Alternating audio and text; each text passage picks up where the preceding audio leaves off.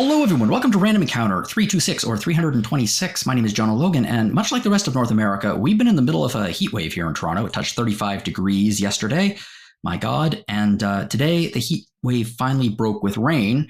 And unfortunately, it also broke my head. I have a air pressure migraine right now. I get them sometimes, so I apologize if I am a little less sharp than usual. Thankfully, I have even more copious amounts of notes to make up for it. And also, I have two guests today who will hopefully be able to pick up the slack for me. So we have Aleks. It's random time. Sorry, that's a Deltarune reference for anyone who's been playing. For everybody else, I'm sorry. I thought you were pitching a new thing for me to open the episode with, and I'm like, I don't hate it. And Zach. Thank you for having me. You don't have a pitch for me? No. Okay. So folks, there have been a lot, especially the last couple of weeks, we've been focused on not E3 and we've focused on the Switch 2. We're going to try to get back to usual here because there are games that are coming out. We kind of want to talk about them. So this week we're going to be talking about, I was going to say two, but technically three, two if you count chapters, I guess, depending on how many chapters this thing is going to have, 1.5 games. So anyway, the first thing we're going to be talking about is Deltarune. And we can't start talking about Deltarune without talking about its developer, Toby Fox. So most people listening to this probably know who Toby Fox is. He originally began his career as a composer, and he developed his first major title, Undertale. It was largely by himself, and the game was originally funded through Kickstarter, and it raised, I can't remember how much, a lot more than its initial goal. And Undertale, if you just look at it and you don't know what it is, which if you don't know what it is, then I don't quite know what you're doing listening to Random Encounter. Undertale was very much inspired by Earthbound, some other offbeat RPGs like Moon Remix RPG. And so it became a massive hit, a cultural hit. And it was a hugely innovative combat system. And it offered players multiple choices about how to deal with enemies, whether or not you play the game like an RPG and attack and fight, or whether or not you use pacifism to defeat them. It was a big hit. And then Toby Fox decided to release a follow-up, and that was Deltarune, which is, if you scramble the letters of Undertale, you get Deltarune. Chapter 1 was released as a big surprise in 2018, around the end of 2018. It was free, and it is not a sequel to Undertale, but it picks up on many of the same themes and occasionally features, I think, some of the same characters, or at least quite variations. Variations on those characters, more accurately, I think. And then there was a 3-year gap between the first two chapters. He was planning on making the second one a paid entry, but because of the pandemic, he decided to make it free as well when it was released in 2021. So that was great. And finally, he decided, okay, I'm actually going to start charging for this damn thing with chapters 3, 4, and 5. Chapter 5 got delayed a little bit, but chapters 3 and 4 just got released on, today, actually. And it's the first paid entry in the Deltarune saga. Mind you, it's still very reasonable. And like I said, this is not the end of Deltarune. There are going to be more chapters. The only one confirmed is the 5th chapter, but there might be more, I think up to 7 chapters. Oh, there's for sure going to be more. Like, there's a chapter select screen in game, and it already lists 7 chapters. So 5 is confirmed to come out next year, and I think also it's just one paid version. As far as I know, like this version of Deltarune that has chapters 1 to 4. If you buy it, you'll get chapters 5, 6, and 7 for free as just DLC added into the game, which is super nice. That is incredibly generous. I have been very reluctant to look into anything about this series. So writing these questions and reading reviews was challenging because I would kind of want to wait till all 7 chapters are done. I really enjoyed Undertale. I played it super late. I only played it like last year, the year before that. But Aleks, I wanted to ask you, what was your experience with Undertale? And you mentioned in your review that you feel that it is essential to play before Deltarune. Absolutely. So yeah, Undertale I actually played near the time of its release. As soon as I saw all the hype generating around it, I think it was like Game FAQs used to do those like game face-off battles sort of brackets, and Undertale won best game ever like that year that it came out, and I'm like, okay, it was immediately on my radar at that point. Can I just say how incredibly depressing it is to me that Game FAQ had a was mentioned as like doing this bracket off, and I'm like, this was 2013. Oh my god, that was so long ago. Yeah, I used to just log into that website just to do those stupid polls they had every day, and every time they had the bracket battle events, it was so hype. But that year, I think, was actually the last one I remember them still doing that. But yeah, Undertale definitely fell on a lot of people's radar, I feel, after that happened. And I played it. I was absolutely enchanted by it. I thought it was incredibly creative. I thought the way it subverted a lot of RPG tropes by having like this pacifist sort of option in order to like engage with battles and to choose to act and converse with monsters rather than fight them. I thought that was incredibly creative. Sorry, Alex. Incidentally, to those listening to this, we are going to try extremely hard not to spoil anything from either Undertale or Deltarune. Yes, I can definitely do that. I think I can do that. We'll if I fail, we can cut it out. But I will try my best. And yeah, so Undertale is just an incredibly creative game. I recommend anybody who grew up with JRPGs to try it out. I think there's something for you there. And yeah, then Deltarune released on Chapter 1 released on Halloween 2018, and that was just kind of a shadow drop, came out of nowhere. And I got home from work that night and I played the whole thing, and I was pretty impressed. I had unfairly high expectations after Undertale had kind of become one of my favorite games ever by that point. But for being just like a couple of hours of this new adventure beginning, I was very hyped to see what comes next. Yeah, one of the things I imagine that you and everyone else likes about Undertale is the fact that your choices really do matter. I mean, the choices you make going through the world, whether or not you choose to fight certain characters or not, really determines the ending that you get. You mentioned that Deltarune inverts that by presenting the idea that your choices actually don't matter, and any choices that you make are irrelevant. You're always going to end up in the same place. Right. So the game makes that pretty clear to you off the bat. The very beginning of Deltarune, you're prompted to create a character. And it's kind of like in this like kind of weird limbo space that you're doing it. It's got a very weird vibe to it. And you create your character, and then it's immediately like, oh, you're not playing this character. Your choices don't matter. And then like very soon into the game, one of the main characters, Susie, also confronts you and sort of says the same thing in kind of a more diegetic way. So this seems to be like a main narrative theme of the game, is that your choices don't matter. And definitely as things have developed throughout the chapters, like part of what Deltarune's lore is there's this legend of the Deltarune that involves like the three main characters. And because it's a prophecy, things are supposed to play out exactly as it said. And especially the latest chapter, Chapter 4, starts to play with the idea that that's not necessarily the case. Wait, you're saying that things are not exactly as they appear in a Toby Fox game? Yeah, right. I mean, like, it's very explicit even in the marketing. Like, I think if you go on like the Deltarune website or the Steam page, it says like only one ending ? So this isn't like going into really spoiler territory, but there are also just ways that the game will acknowledge different choices you make on kind of like a local micro level. So just like deciding whether to fight or act against monsters in this game definitely doesn't have as like a clear overarching impact on things, at least not so far.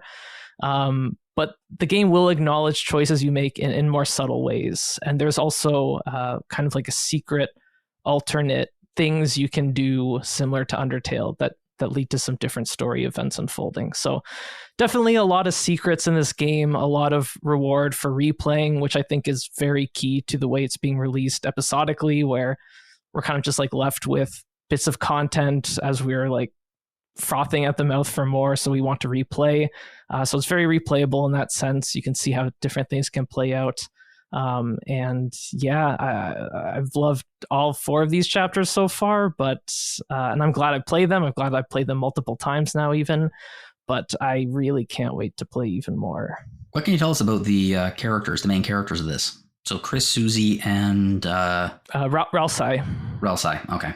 Yeah, which is a similar to the way Deltarune is a anagram of Undertale. Ralsei is an anagram of Asriel, who's a major character in Undertale and also Chris's brother in Deltarune. Okay. So yeah, the main character is Chris. You don't get to actually name your character. You are Chris. Chris doesn't speak. Chris is also kind of a character shrouded in mystery. The way like Chris has been developed so far throughout Deltarune is kind of portraying them in a very kind of unsettling way. Like they used to do things as a kid that were kind of weird to their peers, and kind of like dark and edgy and things like that. But kind of like what similar to Undertale, where you're actually kind of controlling like that red soul that you control in battle. Here you're kind of controlling Chris's soul. So Chris is their own person. You are Chris's soul. The game does some interesting things with that already. But without going into too much detail around that, you're introduced soon to your classmate Susie. Chris is a high schooler, by the way, so whereas you played as a child in Undertale, and I think a lot of Undertale's themes revolved around like the innocence of childhood or like the corruption of evil. Deltarune being more focused around teenagers plays with that binary and kind of like grays it out in a very interesting way. Yeah, the character sprites are very reminiscent of certain characters in Undertale. Again, not spoiling Undertale, but it can't help but make you go, huh, I wonder if that's a thing. Yes, for sure. And Toby Fox is definitely doing all of that intentionally. In fact, like even though Deltarune isn't quote unquote a sequel to Undertale, like it seems to totally be a sequel to Undertale. It seems to be as much of a sequel as you can get, in the sense that this is a game made for people who have played this previous game and builds upon what that game laid out in an interesting way. So yeah, definitely if you're interested in Deltarune, it is 100% worth playing Undertale first if you haven't already. But anyways, yeah, you meet Susie, who is kind of portrayed as like the class bully who nobody gets along with it because she presents herself as very threatening. Kind of like it's implied that she doesn't have like the greatest like home life or things like that. But so you two end up being partnered up in this group project and sent to pick up some chalk from the school closet. And you and Susie go there and you open the closet door and you suddenly fall. You fall down into this dark world. And so here is where you meet Ralsei, who is the Prince of Darkness of this world. And Ralsei tells you about the prophecy of Deltarune, how all 3 of you are the heroes. Susie at this point is very reluctant to buy into it. She's very skeptical about this whole thing, and she doesn't want to play along. And it's revealed kind of like pretty clearly towards the end of chapter 1, so I hope you don't mind me at least giving this away, that the Dark World is kind of a world of imagination for these characters. So Susie and Chris are in this closet and they're basically playing pretend in this RPG sense. And chapter 1 is a lot about Susie just kind of learning to play along. So at first, like unlike Undertale, you have a party of characters, and it plays with that system in a very fun way in chapter 1, where Ralsei is encouraging you all to act and resolve battles non-violently, and Susie is just swinging her axe, just wanting to do damage to everything. And so you and Ralsei have to like act in a way that like warns monsters to like dodge Susie's attacks. It's very charming and clever.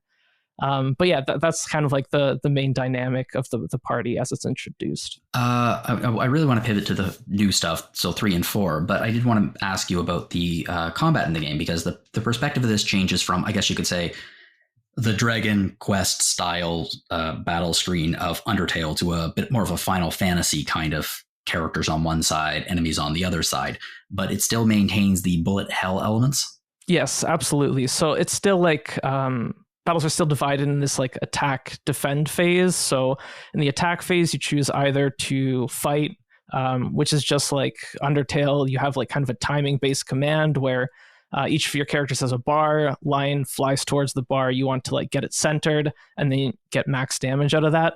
Or if you act, you have a couple of different verbs for engaging with the enemies. Each enemy has like a different list of verbs to engage with.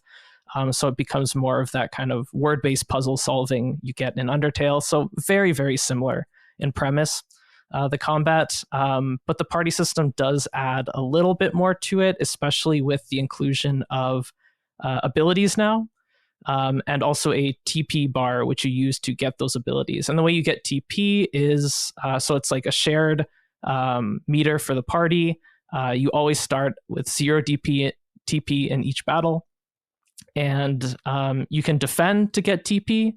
You can get TP just slowly by fighting the battle normally.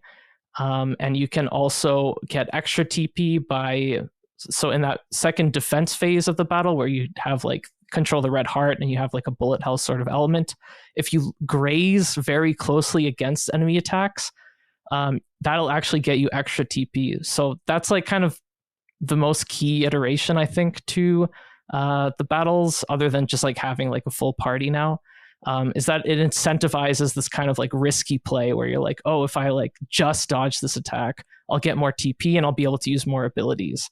And in terms of abilities, like Susie is more of like a damage dealer, and then Ralsei is more of your healer. So there's a bit of variety to do with that. It seems that while Deltarune is not a sequel to Undertale, at least not in terms of the story, it does seem like a sequel in terms of the mechanics. I mean, it might be a sequel in terms of the story. We just don't know. We don't know exactly yet where that's going yet. There are characters from, like you mentioned that, like, oh, there's characters like reminiscent from Undertale in this game. It's like, no, Sans is just straight up in this game. That's Sans though. And so is Toriel. Toriel is Chris's mom. Okay. Asgore is Chris's dad, adopted parents, mind you. The other thing is Chris is the only human in kind of like the town. Everybody else is monsters. Okay, so that's a bit of a parallel as well from Undertale. Yes. Chapters 3 and 4. What I've heard about chapters 1 and 2 is while they are incredible game, they do feel like the beginning of something rather than a cohesive whole, whereas it sounds like chapters 3 and 4 really start to pull the game together while at the exact same time feeling indistinct by themselves. Is this right? So I'd say 1 feels more like the prototype. But and 1 is like, in retrospect, it's actually a cool chapter because of the way Susie's the way you can't control her is integrated into it. I think is very clever. But I think it's chapter 2 that really is like, this is what the game is, and this is what the game is kind of going to be going forward. So like chapter 2 is already like the main proof of concept, and then chapter 3 I think is like a little experimental diversion in a way, but one that like is extremely well executed and that I absolutely love. And then chapter 4 is kind of the most story heavy one so far. And yeah, basically like all the chapters have been distinct in their own ways, which is awesome. Like it makes this whole episodic format work better, I think. But yeah, I think basically what you're getting already at this point with these 4 chapters is like a 25 to 30 hour RPG for like a playthrough. So it's like quite a bit of content so far, and it feels pretty well fleshed out. It's just the story needs to resolve itself. Yeah, that doesn't sound bad at all. You mentioned that, I mean, part 1 is like, you said a prototype. I guess you could technically frame it as a prologue in terms of what the setup. What gameplay innovations do 3 and 4 bring to the party? Or is it like the exact same gameplay loop, or do they introduce new gameplay loops into it to keep things fresh? So 3 is a complete deviation in some ways. There are still like battles and such, but the way the chapter is structured is quite a bit different. Instead of progressing through a mostly linear level, you're kind of just like stuck in this game show, and that's what I referenced in my little TV time opener, because this third world is the TV world. So in this one, the party gets sucked into Chris's TV, and that's where this dark world takes place. And this world is run by this game show host TV person called Mr. Ant Tenna. And Tenna is like this really chaotic, amusing, but also kind of unsettling game show host, represented as a 3D render in like an otherwise sprite-based game with like a bunch of crazy animations. It's like the way they did Tenna is just like perfect. It's also like a visual reference to Moon, I think, who uses that kind of graphical style for its characters. And Tenna is just an absolute delight of a host. And basically the main gameplay loop for this chapter is that you are playing this game with your party called The Legend of Tenna, which is basically a mini 8-bit Zelda style game. So the perspective here is like you can actually see your characters at the bottom of the screen sitting on a couch holding like retro game controllers, and then in the middle of the screen like there's a TV, and there you can see your little sprites from The Legend of Tenna. So you're basically playing this Zelda game co-op style.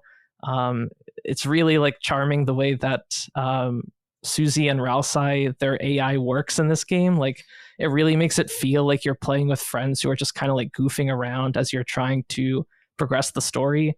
It's really, really well done. And within that, like you have all these mini games, you have quizzes that are just hilarious. You have all this graphical experimentation stuff going on, and still like with the turn-based battle system going on. It's just the creativity of Chapter 3 is truly mind-blowing. One of the things that really kept Undertale really interesting and fresh for me is that while every encounter really was, interesting because you have to make choices in every single encounter, here you mentioned that there is a chance that, things might get a little bit, I don't want to say stale in a way, but much like Undertale, it's the boss battles that really wake things up and compensate for the, I think you say stagnation? Yes. Yeah. So I started feeling this towards Chapter 4, because I thought Chapter 3 was different enough that I hadn't really gotten that sense yet with the whole Zelda style game. Chapter 4 is probably the longest chapter. For some reason, it also has the least enemy types. And so there was definitely a point here where the battles, regular battles, mind you, not boss battles, were kind of feeling like a little sameish. Because, Undertale is like an 8-hour game. Like, it doesn't let you get sick of that battle system, really. There's not really time to. But Deltarune, here I was like hitting like the 25-ish hour mark, and I was still fighting the same kind of battles, and they didn't really feel scaled up too much in terms of difficulty. So yeah, this was the first time that I was like, maybe like the battles could use either like better difficulty balancing or some new mechanics to keep things fresh. Because, well, the boss battles have still been amazing. Chapter 4 is like a really cool experience overall with some like cool overworld mechanics. The battles, a little bit of stagnation there.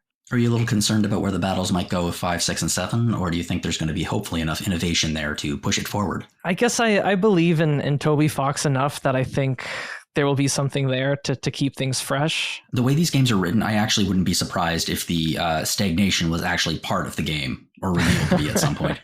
Yeah, that's not a bad hypothesis. But yeah, I still have hope. And don't get me wrong, it's not like I was getting straight up bored. It's not like the game has like tons of random encounters, but it was getting to a point where I was just fighting the same battles over and over because I was backtracking a bit, and there's not even an escape button, so I was just like, even just an escape button and I probably wouldn't complain as much. We're almost done here, but this is a Toby Fox game, and I wouldn't want to talk about a Toby Fox game without asking about the music of a Toby Fox game. So I'm assuming that, based on what you told me and the way that things are developed, themes were probably introduced in the first 2 games that are probably picked up on here. How was the music? The music rules. Yeah, that's what I thought. Yeah, surprise. I still don't know that it's like reached the peaks of Undertale. There's something about the Undertale soundtrack, and it might just be like nostalgia at this point, even though like that doesn't feel like the right word for a game I played when I was in my 20s already. But everything about Undertale just felt like so cohesive in a way that Deltarune is a little bit more messy. But the fact that Deltarune has all these different worlds you explore with each chapter, which have their own visual aesthetic, their own kind of music going on. The boss themes are still absolute bangers. Yeah, like I don't even know what I was setting up there. Like the music still rules.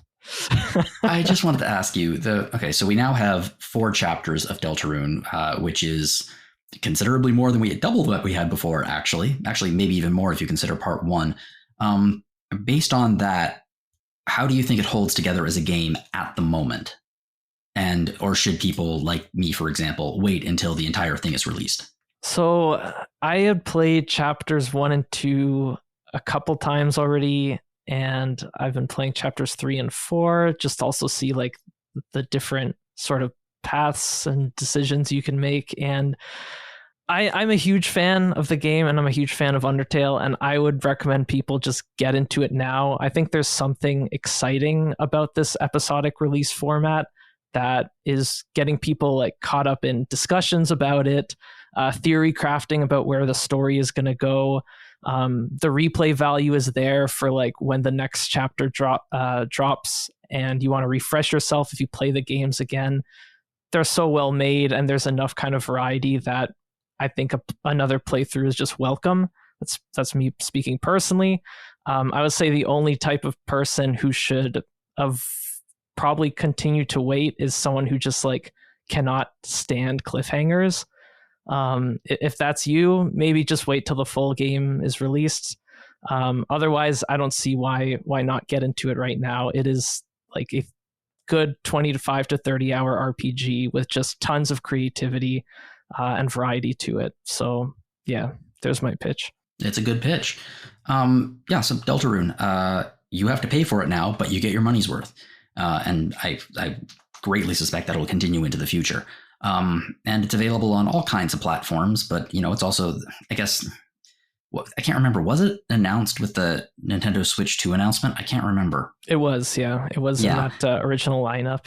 And if you own a Switch 2, there's a special room with a special boss fight that has, you get to use the little mouse controls if you have a Switch 2. I don't have a Switch 2, so I had to use the analog sticks, and it played perfectly fine. But if you have a Switch 2, there you go. Is the boss fight a poor frame rate? Like, is that the villain? I guess I can't make those jokes anymore because, we have a Switch 2.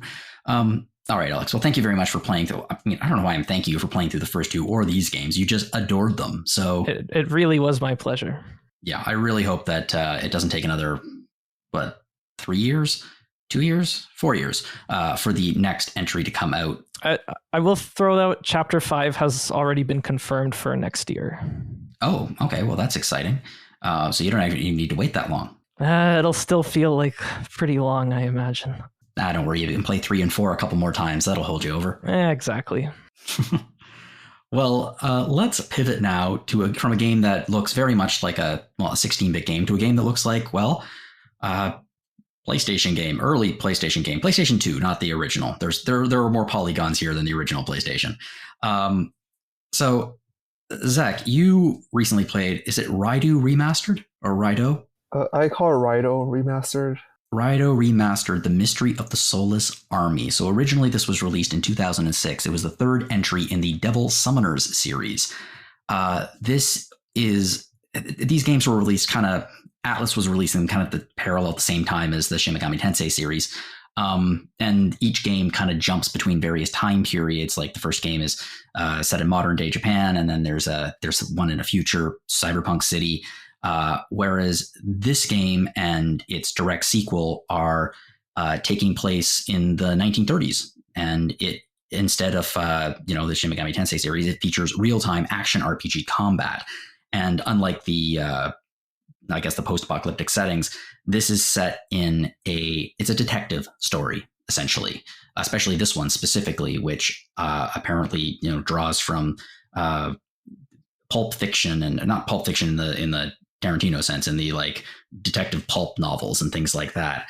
The original game when it was released was people really liked it, but it was also kind of janky. The gameplay mechanics weren't entirely there, and this remaster hopefully addresses some of those problems. I think based on your review, there's still some jank there, but not necessarily in a super problematic way. So why don't you tell us the setup for this? So it takes place in the 1930s Japan. You're basically a detective that's solving just various mysteries. It's in episodic format, so there are, I guess, like different mysteries throughout the story. Like I don't want to spoil anything about that. No, that's fine. When I said they're released kind of at the same time, this is technically a spin-off from Shin Megami Tensei. It seems like all of their freaking franchises are spin-off from Shin Megami Tensei, understandably. Did you play the original PlayStation 2 version? Yes, but that was about 20 years ago, so I don't remember much. So it's not super fresh in your mind. Right, and it wasn't, like, compared to other Atlus games, it wasn't the most memorable title. So I mean, I'm looking at screenshots of the original game and what it looks like now, and clearly it looks, great now. But what they share is a really distinctive looking art style that really captures you. And back in the PlayStation 2 era, I mean, at the time we all thought it was realistic. Now we look back and think, ooh, you can still see them polygons. But art style makes up for a lot of lack of graphical fidelity, and this game has some style to it. Yeah, so the graphics are definitely much better in this version. The what else is upgraded? So clearly the graphics are upgraded. That's par for the course. What are some of the other features that have been upgraded in this remaster? The gameplay is completely overhauled, so you can now summon 2 demons. It's much more responsive than the original. There are no more random encounters. They're all out in the field, which makes the whole experience more enjoyable, because I think you could get random encounters even in the towns in the original, so it was just a slog to play through. What is the combat like here? Because it is an action RPG, and that's, not the usual Shin Megami Tensei or Persona or Atlus style of gameplay. I would say it's like a Shin Megami Tensei style action RPG, so your commands still matter, like which demons you summon matter, like weaknesses, and like an action version of the press turn system, basically, where you can stun enemies by targeting their weaknesses. In terms of, I was watching some video of it, and it seems like pretty fast-paced combat. Yeah, it's definitely like faster than, I guess, some other action games I've played recently. The game is it's part of the Devil Summoner series, so demons do play a fairly significant role here, and like you said, they play a very big role in the combat. How does that work? Your demons typically do more damage than you do, so like just making sure they're updated, you're fusing them correctly matters more than, I don't want to say it matters more than like your personal play, but your damage output is largely dictated by your demons. So how does it get work? Like, how do you capture demons, or how do you get new demons to join your party? When you're, I guess, like at the same level, or just like at the level requirement, you can just capture them immediately. There's like a negotiation system, but it doesn't really matter. Like, even if you fail the negotiation, they'll still join your. So your choices don't matter. Sorry. Yeah, it's definitely interesting. Like, they'll have higher stats if you succeed, but that's kind of the only difference. So yeah, that will boost them up. In terms of, obviously, the graphics are way better, and I imagine the graphics also very much enhance the atmosphere of the 1930s in Japan. Yes, this is definitely like, compared to other Atlus remasters, I think this is the most impressive. I think they've done just a lot in terms of, like, not just the graphics, but the sound, the gameplay, the even the side quests. Like, they added case files which weren't in the original game. Yeah, the game is fully voice acted now. Yes, it's definitely like incredibly impressive remaster, and I hope Atlus does more with their other, like, I hope Atlus does this with their other PS2 games. And the soundtrack is also remastered. Like it's not the original PS2 version. Yes, they put a lot of work into the sound. Like all the tracks are different now. You mentioned off the top the game has a very different structure from a lot of Atlus RPGs, specifically because it has an episodic structure essentially. Like the game is a series of cases. And you mentioned that while it does work, it can affect the game's pacing, especially with some story events that happen in later episodes. It works great in theory, but not in practice. Because for most of the episodes... So many things work great in theory, but not in practice. Most of the episodes, you're just an errand boy. It's like, oh, I need this item, like collect 5 grapes. I mean, they don't do that, but just like collect 5 of this item. And what a terrible detective agency. Just imagining a Raymond Chandler style where this dame comes in and she's like, I need you to get me some grapes. That's what I was thinking about the whole time. Like it's an MMO where you're just, you have to go out in the field and just get 5 items. And I don't think that part aged well. Well, is your main character a silent protagonist? Largely, yes. Yeah, that probably doesn't help with the whole lack of characterization thing. I mean, I don't want to criticize the game too much because, it's like an early to mid PS2 game. I'm sure, there are people like looking forward to this game, but I do think... You gave it an 80. That's a great score. This was definitely hard to rate because I think it's one of the best remasters I've played, but there are aspects of the core game that definitely had some issues. Yeah, you can only do so much when you're working with flawed is not the correct word.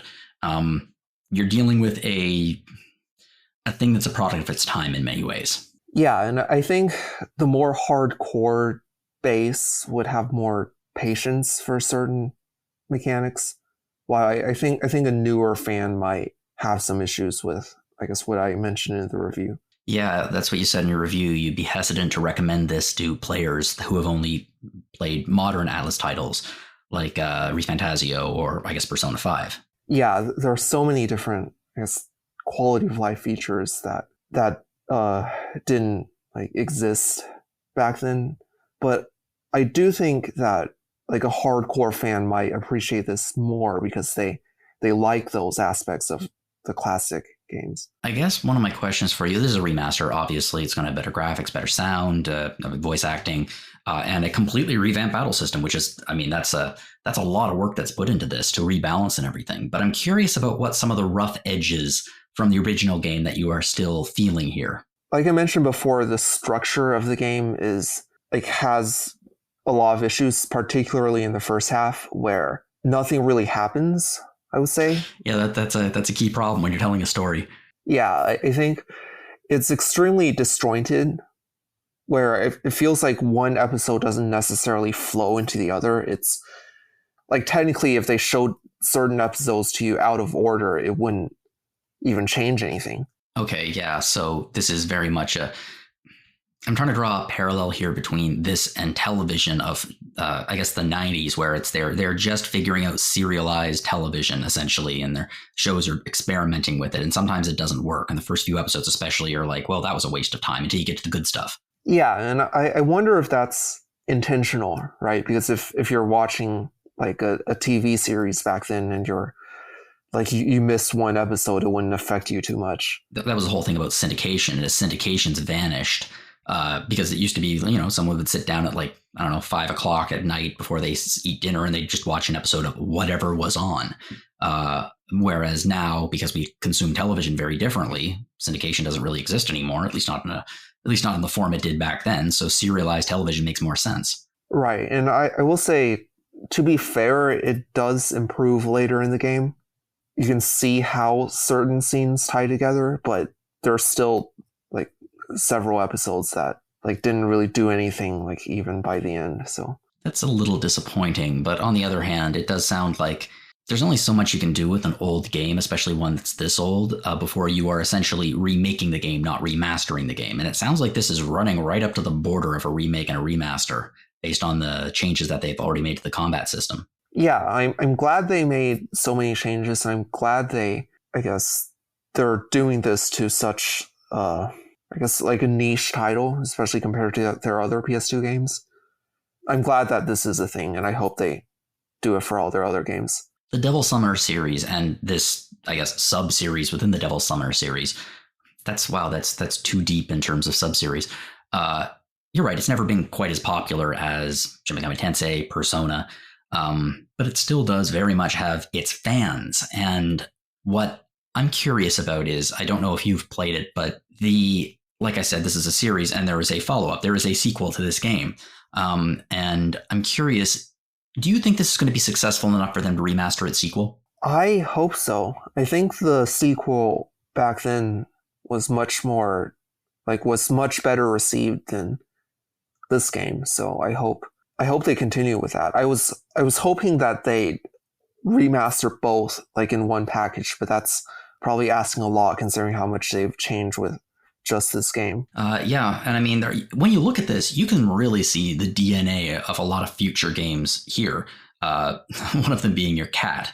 Yes, it's funny because if you don't have enough money to pay the fare, because like that's the only way you fast travel, your cat will pay for it, and then like all the way, like 10 years later in Persona 5, Morgana does the same thing. So yeah, you can always depend on your cat to lend you a couple bucks. That's something I've learned about cats. They are very selfless and they give money freely. Yeah, that's definitely the case. Yeah. I love the look of this. Maybe it's because I love 1930s detective fiction, and this is very much inspired by it, and also very much inspired by the period in Japan, which is cool. Usually when I think 1930s detective fiction, I picture New York, Los Angeles, San Francisco. It's neat to see that kind of detective story and that feel translated into Japan. I don't know if I would love this game. I think I would love this setting and the feel of it more than anything. It sounds like it has a real feel to it. Definitely. I think the atmosphere, if I had to give, like if atmosphere was, one of our scoring sections, I would score very high in that regard. I would not be opposed. I'm not going to do this. I'm not seriously going to pitch Mike on it, but I would not be opposed to add like vibe to our list of graphics, sound, gameplay, controls, story, because I actually think vibe matters a lot. When I was reviewing Metaphor, I was just thinking like it would be great to have something like that. So yeah. I could like better illustrate everything, but I just did it in the text, which is probably more important anyway. So yeah, depending on where you come down on the importance of scores. I think one thing you can say is regardless of whether or not the game has its rough edges and whether or not it holds up to the standard of the future titles, God, Atlus has a sense of style to them, don't they? Yeah, and I think for this game in particular, I'm glad they didn't change everything about the game because it does have its fans, and I was very I was definitely thinking about that as I was writing the review. Right. Mm-hmm. If they change too much, then maybe that would alienate like their core base from back then. Yeah, but they need to update some things. Otherwise, no one's going to want to play it because it's, kind of a slog. That's really the balance between the remake remaster shuffle. As the remake remaster shuffle continues to get fuzzier and fuzzier. Yeah, you kind of have to thread the needle, and it's definitely a challenge, especially for games with like fans that want like very specific like they enjoy the game for like very I don't want to say specific reasons, but I mean, you know what I mean. I know what you mean. Yeah. Do you think fans, put yourself in the mind of someone who is a massive fan of this particular series, do you think they're happy with this remake? I hope so. I think most of the changes are just in terms of the gameplay and quality of life, so only for the better. Right. So I hope they enjoy this. Good. Okay, I would like to thank you both for coming on and talking about these games. June has been a year thus far, and I wanted to conclude with a discussion question. Just a heads up to everyone listening out there: this isn't going to be heavy or like dramatically, oh god, but we are going to talk a little bit about mental health real quick. So if that's a problem for you, just fast forward a little bit to get to our post show. So I guess my discussion question is there is a lot happening in the world right now.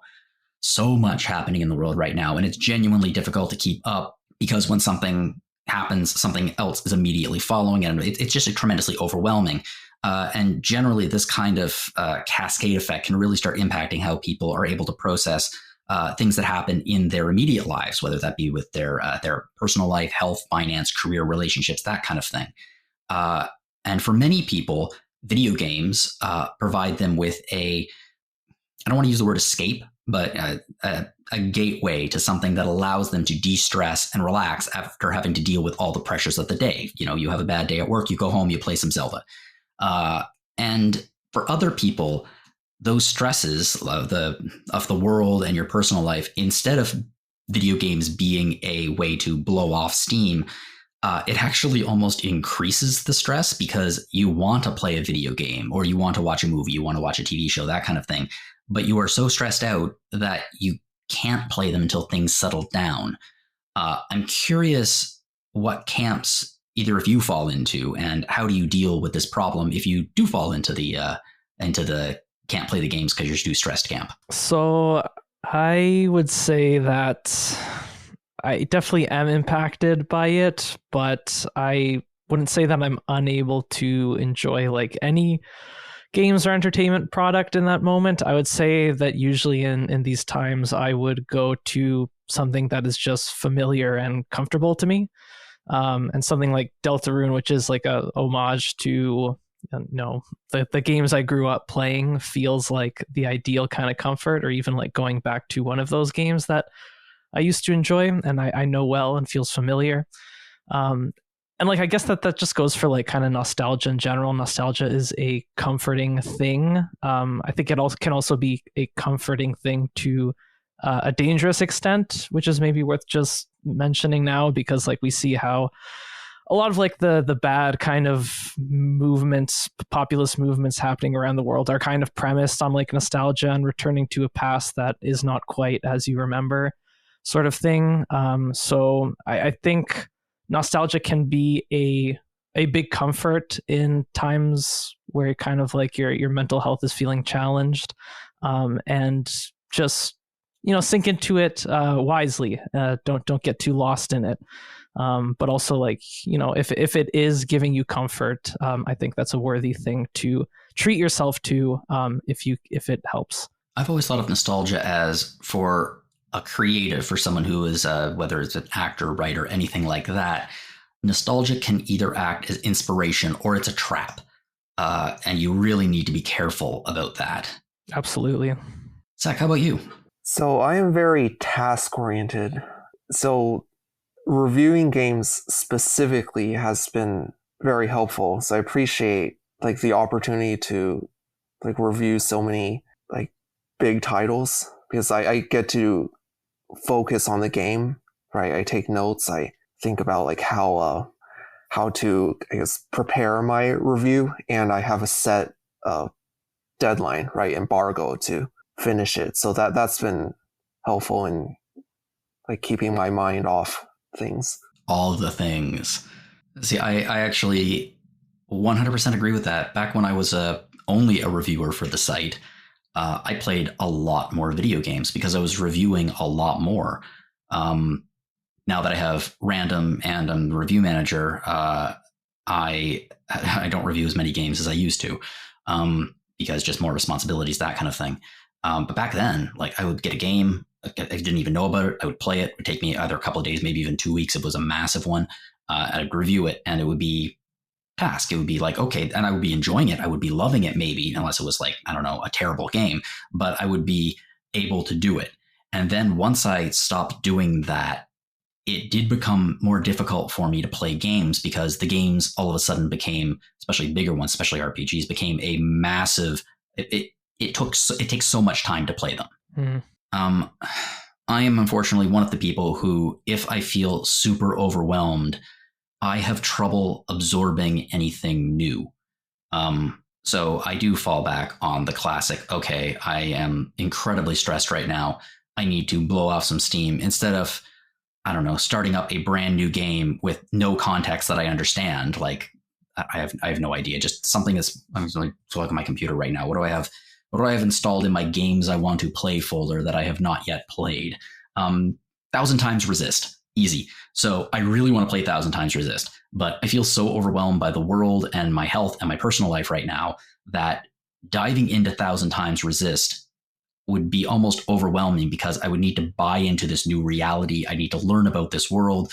I would need to invest a lot of energy into understanding the concepts, the conception of the game.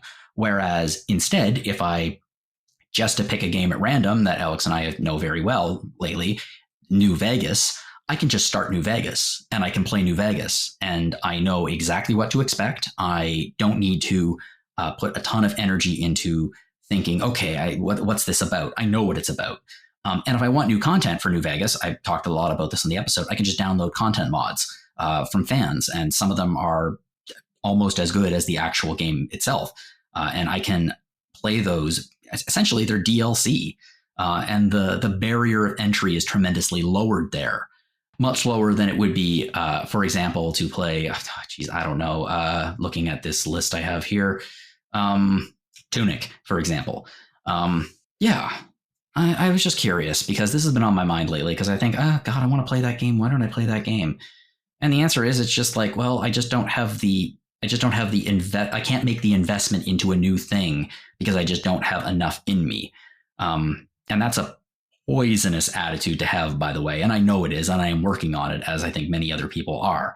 But it's something we need to be very careful of in today's world, is that it can be paralyzing in so many ways when things are compounding, or like events are compounding and just start to overwhelm you. You really do need to figure out ways to keep pushing ahead, whether or not that is in your life, your professional life, your personal life, or just playing a new game. That's how you grow. But it is very difficult to grow at times like this. I understand that. I understand that very well personally. I was just going to say, I wish I could encourage you to just jump into such a fantastic game as 1,000 Times Resist. But if you're feeling overwhelmed with the things going on in the world right now, a game that's very real about intergenerational trauma and geopolitical conflicts might not be the best move. But definitely whenever you're feeling up for it, that is a phenomenal game. I know. And there are other games, like something I've wanted to play for literally years and years and years has been This War of Mine. And every time I think about playing it, I'm like, me too.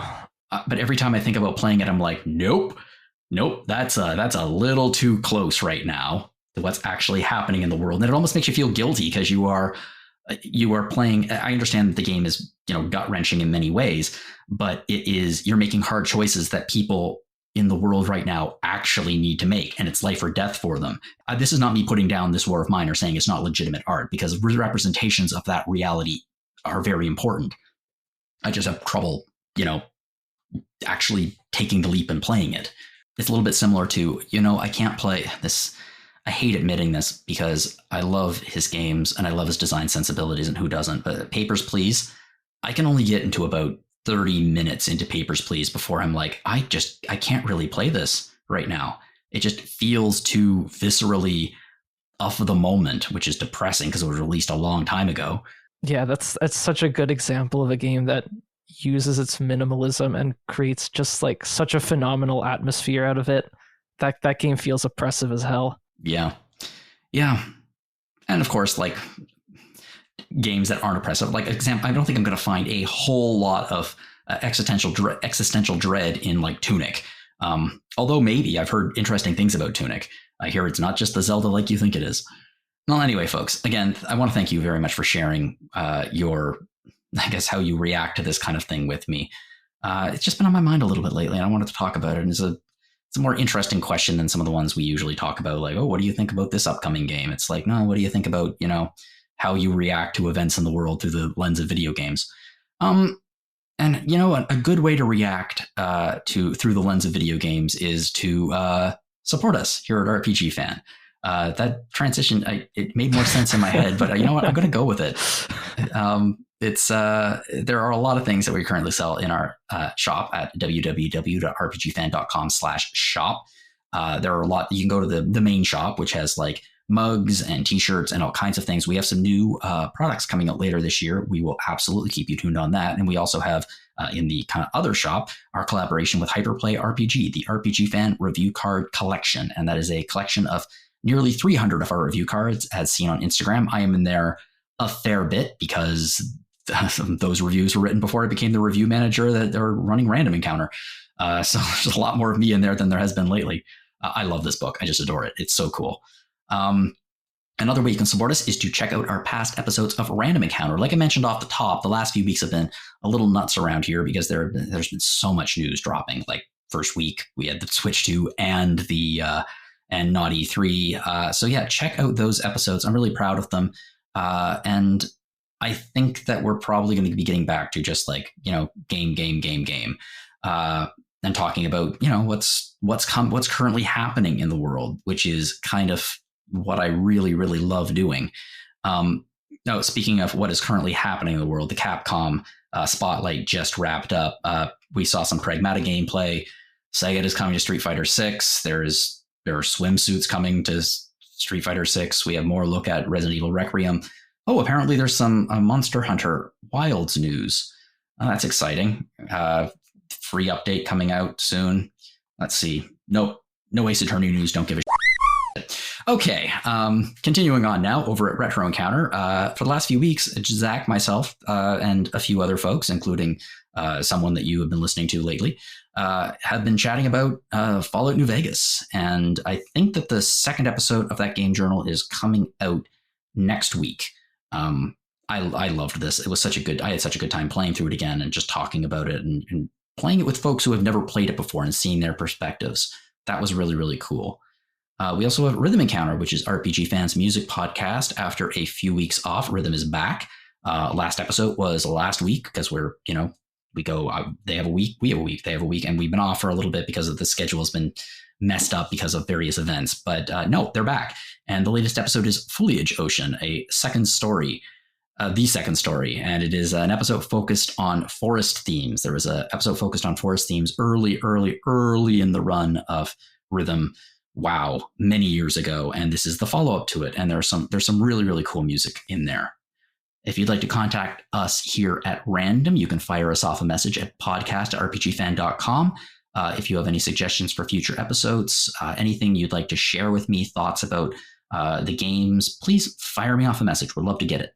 If you'd like to send me an email personally, you can do so at my email, jlogan@rpgfan.com. You can also find me on Blue Sky at johnlogan.bluesky.social. Feel free to add me. Would love to add you.